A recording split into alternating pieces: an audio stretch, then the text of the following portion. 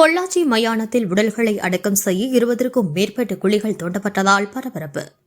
பொள்ளாச்சி உடுமலை சாலையில் மின்மயானம் அருகே நகராட்சிக்கு உட்பட்ட பகுதிகளில் மயானம் அமைந்துள்ளது.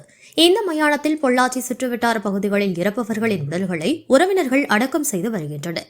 இந்நிலையில் நேற்று வெள்ளிக்கிழமை பொள்ளாச்சி பகுதியில் இறந்த பெண் ஒருவர் உடலை அடக்கம் செய்வதற்காக உறவினர்கள் மயானத்திற்கு சென்றுள்ளனர். அங்கு 20க்கும் மேற்பட்ட குழிகள் தோண்டப்பட்டு இருந்ததைக் கண்டு அங்கிருந்தவர்கள் அதிர்ச்சியடைந்தனர். பொதுவாக இறப்பு நிகழ்ந்தால் இறந்தவர்களின் உறவினர்கள் மயானத்தை பராமரித்து வருபவர்களிடம் குழி தோண்டி அடக்கம் செய்வதற்கு தொகையை பேசி அந்த தொகையினை வழங்கி அடக்கம் செய்வார்கள். இந்நிலையில் 20க்கும் மேற்பட்ட குழிகளை முன்பாகவே தோண்டப்பட்டுள்ளது அதிர்ச்சியை ஏற்படுத்தியுள்ளது.